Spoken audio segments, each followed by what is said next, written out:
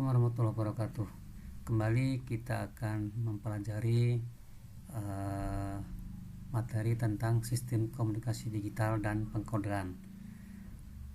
Isi dari materi ini tentu tidak akan selengkap mata kuliah satu semester ya, tentu saja ini hanya sekedar ringkasan saja. Mari kita mulai dari diagram blok sistem komunikasi digital secara umum.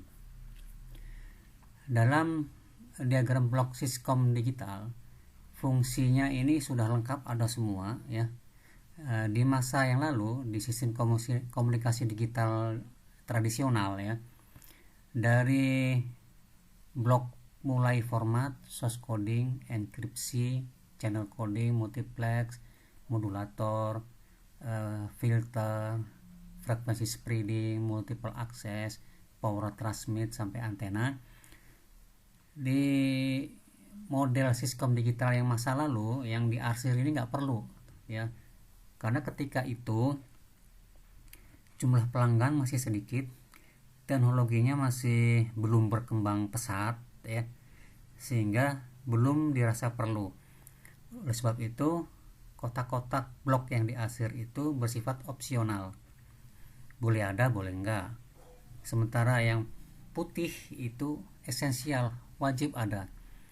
Jadi blok format, blok modulasi pulsa, dan blok filter serta power transmit serta antena di bagian transmitter ya.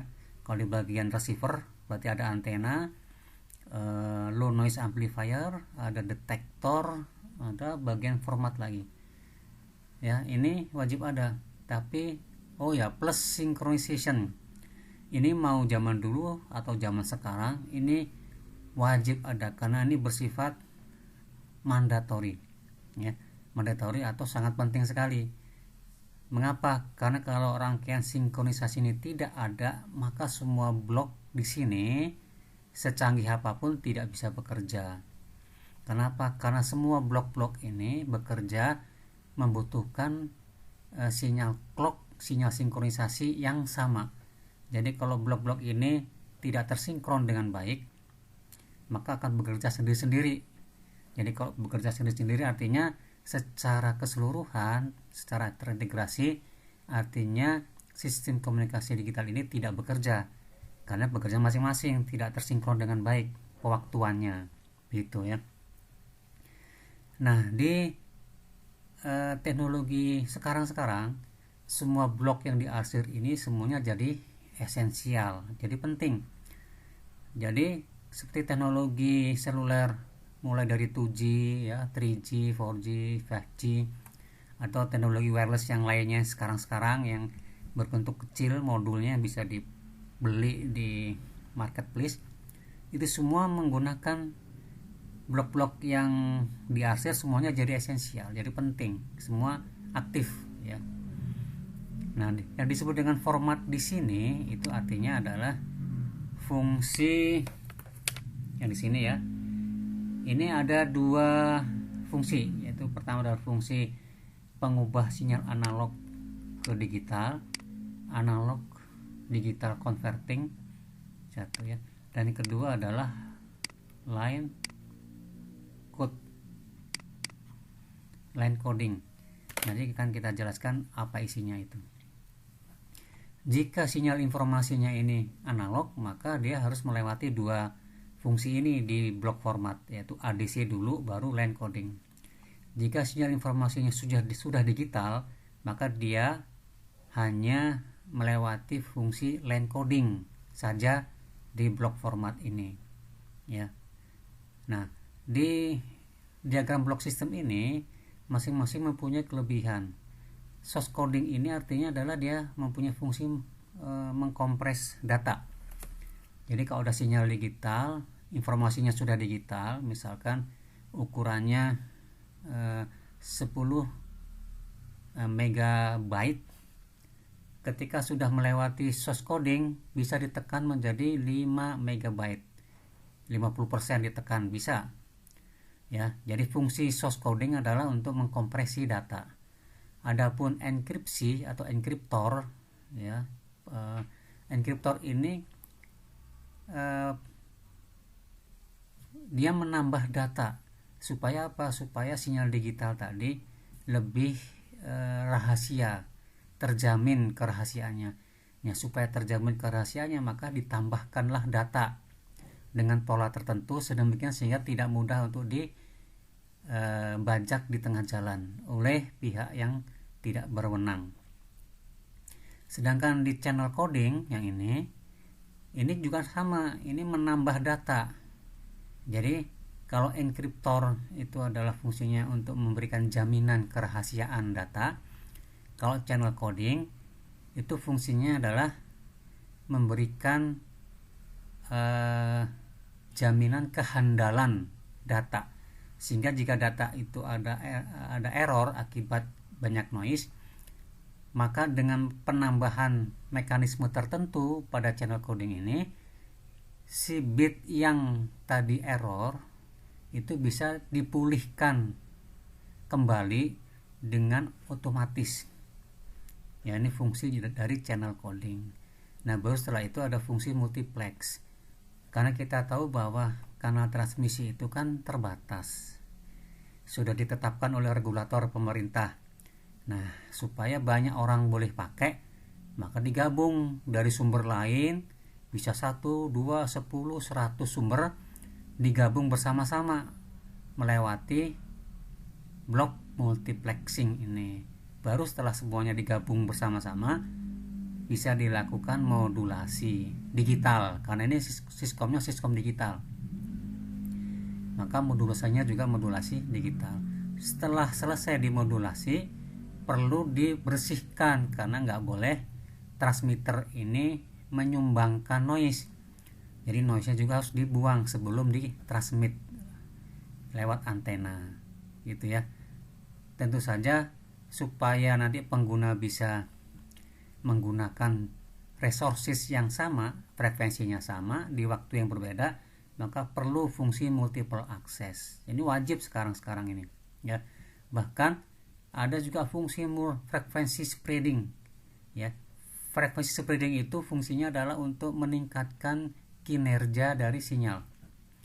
Ya, artinya sinyal walaupun levelnya kecil, bahkan kalau mungkin tertutup noise nanti di bagian channel ini, setelah dikirimkan antena ternyata sinyalnya ketutup noise, apakah bisa dipulihkan lagi, bisa diambil? Bisa kalau diterapkan ini frekuensi spreading, karena dia juga menggunakan pola-pola tertentu sedemikian sehingga tujuan dan fungsinya adalah supaya sinyal itu tetap masih bisa diekstrak walaupun tertutup oleh noise.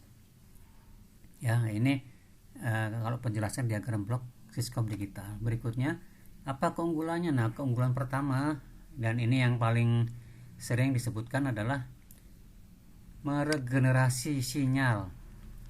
Jadi walaupun Syscom digital, tetap saja sinyal itu terdistorsi, rusak akibat oleh noise, interferensi, crosstalk, akibat oleh redaman kanal transmisi, akibat adanya delay, ya, delay yang disebabkan oleh kanal transmisi. Jadi kanal transmisi tidak hanya sekedar meredam, dia juga akan menghasilkan delay, ya. Nah, itu akan merusak sinyal. Tetapi untuk sistem digital di bagian penerima itu mempunyai kemampuan untuk meregenerasi, atau bahasa mudanya adalah ekstraksi. Jadi seolah-olah sinyal digital itu diambil kembali, dilahirkan kembali atau dibentuk kembali. Gitu. Ada di mana fungsi itu? Bisa di receiver, di penerima akhir, bisa juga di setiap repeater. Jadi kalau ini ada transmit, misalkan ini komunikasi long haul, ya, jarak jauh di RX, di sini ada repeater 1, repeater 2, repeater 3, ya, repeater ya, karena jauh jadi nggak bisa langsung TX ke RX, jadi ke sini dulu, ke sini misalkan, ya. Nah, bisa diterapkan proses regenerasinya itu di setiap repeater dan di receiver, gitu ya. Dan kelebihan dari sistem digital itu adalah dapat mengkombinasikan seluruh jenis data informasi. Mau data digital, mau sinyal analog, bisa voice, bisa gambar, bisa video, teks, ya. Itu semua bisa diproses oleh sistem digital. Kalau di sistem analog itu harus masing-masing, gitu ya. Dan hasilnya tetap kinerjanya secara keseluruhan jauh lebih baik daripada sistem analog, gitu ya. Dan kelebihannya yang berikutnya adalah mempunyai teknik multiplexing digital, bukan multiplexing analog. Di analog juga ada multiplexing, tapi ada keterbatasan karena frekuensi itu kan terbatas. Sementara kalau teknik digital, multiplexingnya bisa secara time, secara waktu. Nah, kelemahannya apa sistem digital? Kelemahannya adalah ini dia. Nah, ini kelemahan utama dari sistem digital, yaitu masalah sinkronisasi. Ya. Berikutnya adalah masalah berikutnya yang utama itu adalah bandwidth kanal yang terbatas. Jadi ini kelemahan pertama, ini kelemahan kedua. Itu ya. Jadi kalau ada rangkaian device sistem digital ya yang komponen sinkronisasinya jelek, maka itu akan menyebabkan kinerja si device itu ya langsung tidak kepakai lagi, karena ini penting sekali sinkronisasi. Ya, kalau kanal terbatas itu karena regulator dari pemerintah, aturannya udah jelas. Nah, setiap operator akan mempunyai jatah frekuensi yang sesuai dengan yang dia beli, yang dia sewa ke pemerintah. Ya, ada aturan juga secara internasional. Jadi ini adalah dua hal yang sangat penting. Apa efeknya kalau bandwidth kanal terbatas? Ini dia. Jadi kalau bandwidth kanal terbatas, kalau sinyal digital tadinya kotak, ya, karena melewati kanal dengan bandwidth terbatas, satu ya, ini terbatas bandwidthnya. Kanal itu tidak linear, dua. Yang ketiga, muncul group delay, kanal transmisi, maka si sinyal itu nanti akan melebar secara waktu ya, karena kan ini kan bentuk sinyalnya di kotak secara waktu, dan nanti akan melebar secara waktu, bukan secara frekuensi ya. Jadi time spread ya, jadi melebarnya itu waktu, bukan melebar frekuensinya, bukan. Itu efek dari kanal terbatas dan kanal yang tidak linear, sehingga akan menyebabkan selain ada group delay juga ada redaman ya. Apa tujuan utama dari desain sistem komunikasi ya? Ada 6 hal. Pertama, diusahakan sistem komunikasi digital yang bagus itu adalah laju transmisinya semaksimal mungkin. Terus utilisasinya juga semaksimal mungkin. Dan yang bagus, sistem digital yang bagus adalah jika kinerja BER-nya atau probability error-nya sekecil mungkin. Jadi diusahakan terjadinya bit error itu kalau bisa tidak ada, walaupun tidak mungkin ya, selalu ada, tapi boleh diminimalkan. Kebutuhan bandwidth-nya kalau bisa minimal lah, gitu ya. Walaupun kebutuhan komunikasi bitrate-nya tinggi, tapi bandwidth-nya tetap minimal ya. Kebutuhan bandwidth-nya tetap minimal. Dan rangkaian dari device-nya kalau bisa jangan terlalu kompleks, disederhanakan menggunakan komponen-komponen yang terintegrasi, IC misalkan ya. Sehingga dari kelima hal itu akan diperoleh perbandingan energi bit terhadap noise yang kecil ya. Artinya apa? Kalau ingin kinerja baik, tidak perlu sinyal digital itu diberi daya yang tinggi ya, yang cukup saja yang kecil-kecil aja, walaupun di atas noise sedikit, tetap saja sistem digital masih mampu bekerja dengan sangat baik. Jadi ini kesimpulannya di sini ya. Nah, Berikutnya adalah kaitannya dengan noise, ya. Noise dalam siskom digital itu ada fungsi khusus, ya, kita sebut sebagai fungsi rapat peluang dari noise. Biasanya menggunakan distribusi Gaussian, ya. Ini adalah contoh grafik distribusi Gaussian, ya. Distribusi Gaussian itu adalah pada peristiwa yang paling sering terjadi itu ada di sini. Nanti pada peristiwa yang lebih kurang, ya, mulai turun terjadinya, maka nanti peluangnya juga akan turun. Nah, seperti itu namanya model atau bentuk distribusi Gaussian. Nah, noise dalam sistem digital itu mempunyai daya yang rata di semua frekuensi, dari minus tak terhingga sampai tak terhingga, itu dayanya rata, ya. Ini yang disebut dengan noise Gaussian, ya, atau Gaussian noise, seperti ini. Nah, lebih tepat disebut sebagai AWGN, Additive White Gaussian Noise. Kenapa disebut white? Karena daya noise-nya itu ada di semua frekuensi, dari frekuensi tak terhingga, minus tak terhingga, sampai frekuensi, dan dayanya rata, ya. Jadi seperti cahaya putih, white, sehingga disebut sebagai additive white Gaussian noise. Kenapa disebut additive? Karena dia menambahkan noise ke dalam sistem, gitu, ya. Dan noise yang terjadi pada setiap bit atau setiap simbol digital itu tidak saling mempengaruhi. Jadi dia hanya mempengaruhi satu bit dengan bit yang lainnya, gitu, ya. Oke, kita lanjut. Ini adalah proses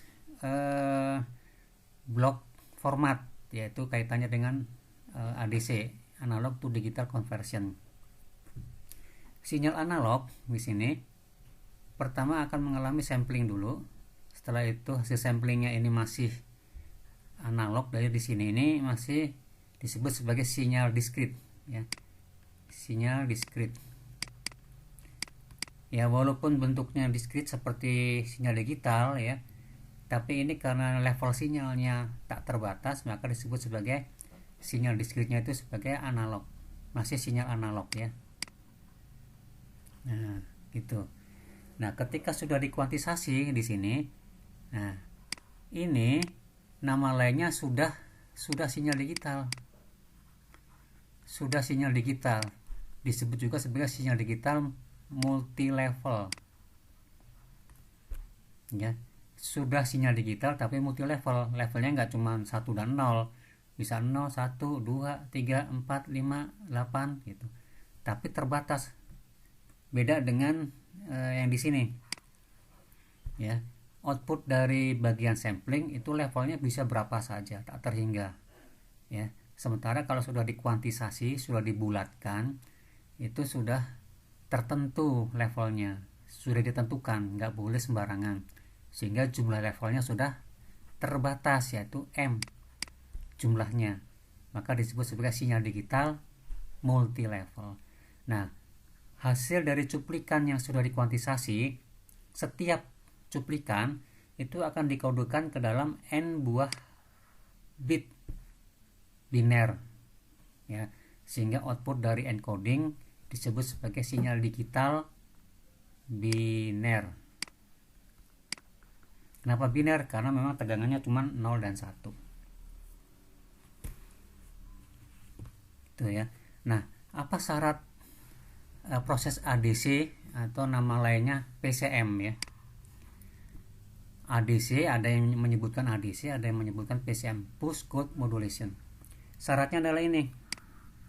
Nah, jika sinyal analog frekuensi maksimumnya adalah Fmax, maka frekuensi pencuplikan di bagian sampling ini haruslah lebih besar sama dengan 2 kali Fmax. Misalkan Fmax-nya 1 MHz, maka Fs-nya haruslah, ya, frekuensi samplingnya haruslah 2, paling kecil, ya, MHz.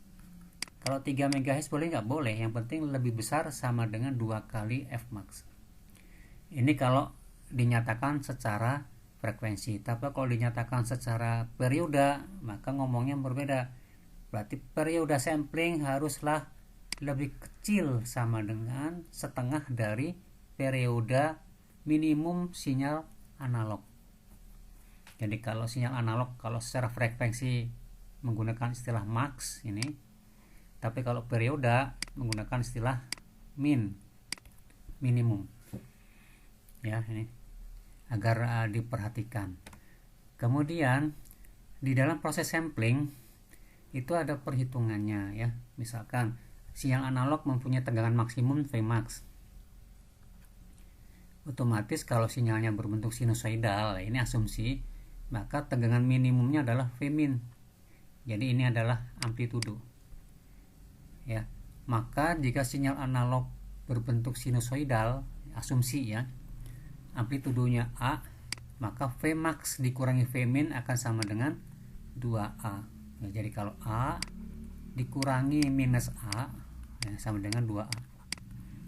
Jadi rumus yang ini Q itu adalah, kalau dilihat dari sini itu, bentar yang mana ya,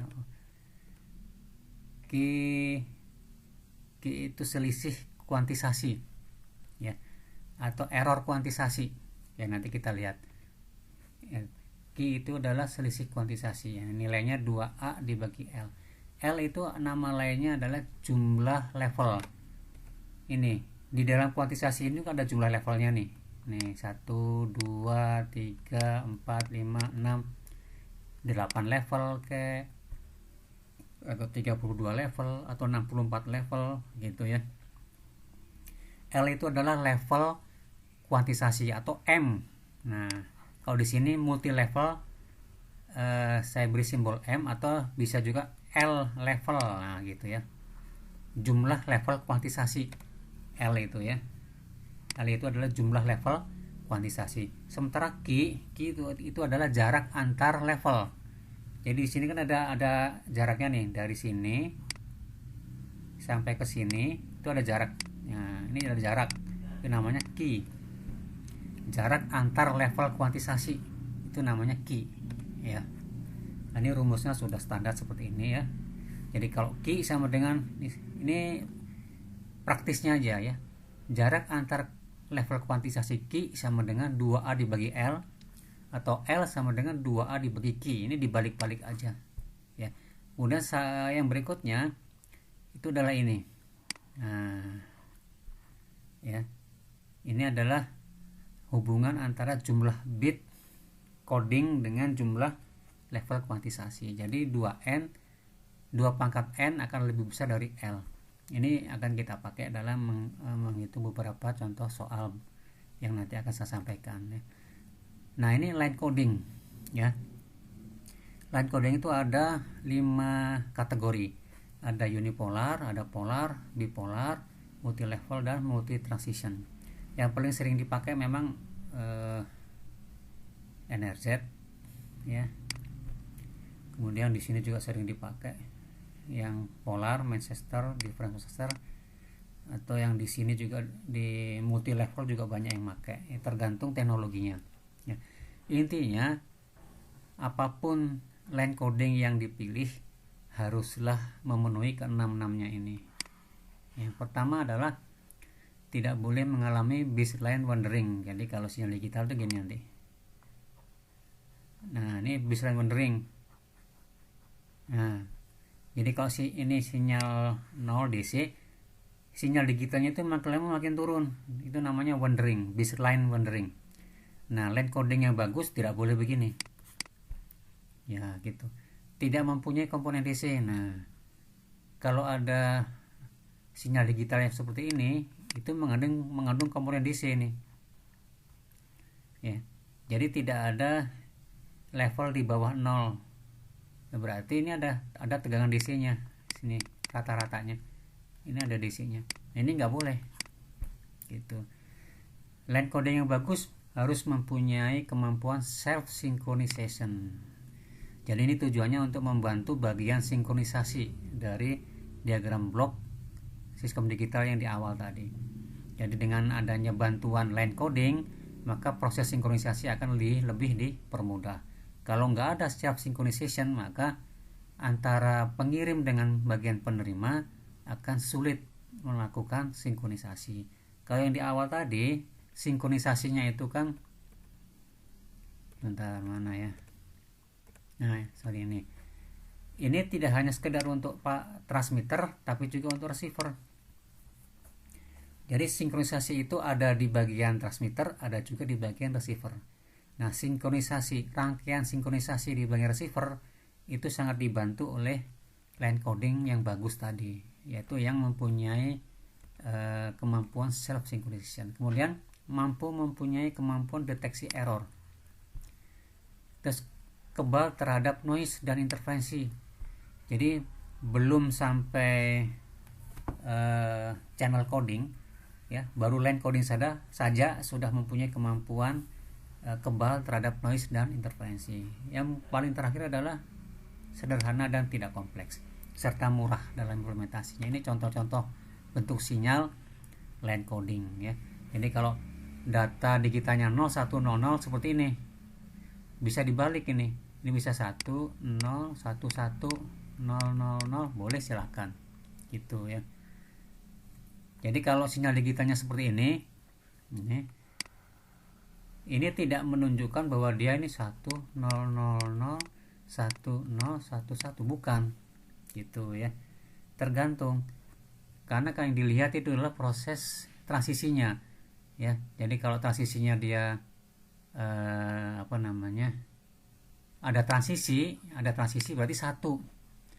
Tidak ada transisi berarti 0, ya, gitu. Ada transisi ke atas 1, ada transisi ke bawah 1, transisi ke atas 1, tidak ada transisi 0. Jadi berbeda dengan bentuk kasat matanya. Jadi sinyal digital itu tidak sesuai dengan apa yang kita lihat, tergantung pada line codingnya. Ini contoh line coding yang mempunyai kemampuan self synchronization, ya. Kalau yang di atas NRZ EMI itu tidak mempunyai tidak mempunyai kemampuan self synchronization. Tapi kalau yang RZ Manchester itu mempunyai kemampuan self synchronization. Ya. Baik, kita masuk ke pengkodean, ya, source coding dan channel coding. Source coding fungsinya adalah kompresi, channel coding fungsinya adalah memberikan kehandalan terhadap data. Jadi kalau source coding itu mengkompres data makin kecil, kalau channel coding malah ditambah bitnya. Contohnya misalkan kalau hard disk itu filenya file zip, nah itu ada contoh source coding.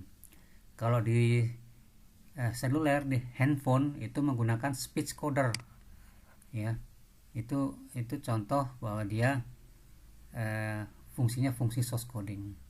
Kalau CD, video, MPEG, MP4, nah itu source coding karena itu dikompresi.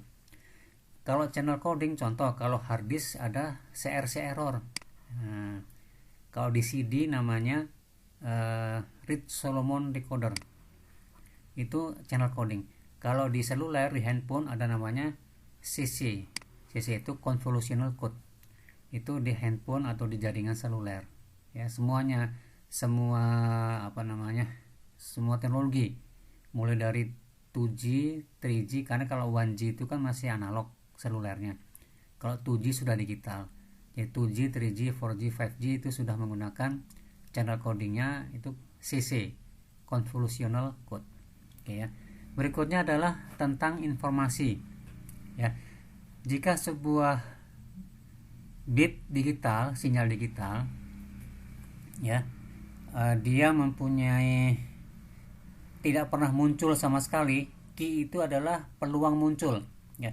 Jika ada sinyal digital atau sebuah informasi yang tidak pernah muncul sama sekali, maka disebut nilai informasinya Hx itu 0. Ini 0. Atau jika sebuah informasi muncul terus, ya, itu pun sama, tidak mengandung informasi. Jadi Hx-nya, nilai informasinya 0, ya. Nah, data atau informasi yang mempunyai nilai informasi yang tinggi itu adalah jika peluang munculnya 50% atau 0,5, itu nanti akan mempunyai nilai informasi atau HX nya itu maksimum, yaitu 1 gitu. Jadi contohnya kalau ada huruf C dikirimkan terus C terus selama 10 menit, ya itu artinya tidak mengandung informasi, maka HX nya sama dengan 0 itu berarti yang ini. Atau ditungguin kok datanya nggak muncul-muncul, berarti tidak pernah ada data, 0 ya. Karena tidak ada data maka nilai informasinya 0 juga. Oke, ini adalah slide terakhir tentang sistem digital ya, yaitu kaitannya dengan pengaruh sampling dan kuantisasi ya. Jadi ketika sinyal analog tadi sudah disampling, nanti hasilnya adalah berbentuk sinyal analog yang sinyal diskrit ya, diskrit tapi masih kelompok sinyal analog ya, karena levelnya tak terbatas. Kemudian setelah dikuantisasi berubah menjadi sinyal digital multi level ya, akan muncul draw kuantisasi ya. Kenapa muncul draw kuantisasi? Karena yang tadi jumlah levelnya tak terbatas dibatasi hanya L buah level. Itu karena dibatasi hanya L buah level, maka akan muncul draw kuantisasi gitu ya. Terus muncul juga saturasi kuantisasi. Ini muncul jika sinyal analog input itu ternyata di suatu saat jadi besar ya, lebih besar dari level tertinggi L maksimum, L yang paling tingginya ya. Level kuantisasi yang paling tinggi misalkan 10 volt, ternyata level input sinyal analognya itu 20 volt, sehingga akan muncul saturasi kuantisasi atau draw overload. Yang berikutnya adalah timing jitter. Jika dalam sampling sinyal samplingnya itu tidak stabil gitu ya, sinyal samplingnya itu tidak stabil, sehingga akan menyebabkan sinyal hasil samplingnya, sinyal analog yang disampling itu juga akan geser-geser waktunya, sehingga akan menghasilkan jitter gitu ya. Itu pengaruh dari sampling dan kuantisasi. Kemudian apa pengaruh dari kanal transmisi terhadap komunikasi digital? Kanal transmisi akan menghasilkan atau akan mengkontribusi menambahkan noise. Satu. Dan kedua, karena kanal transmisi itu kenyataannya itu tidak ada yang linear, selalu tidak linear ya. Yang namanya kanal transmisi ya, atau media transmisi itu nggak ada yang ideal ya, pasti ada ketidaklinearan, sehingga akan menghasilkan group delay ya.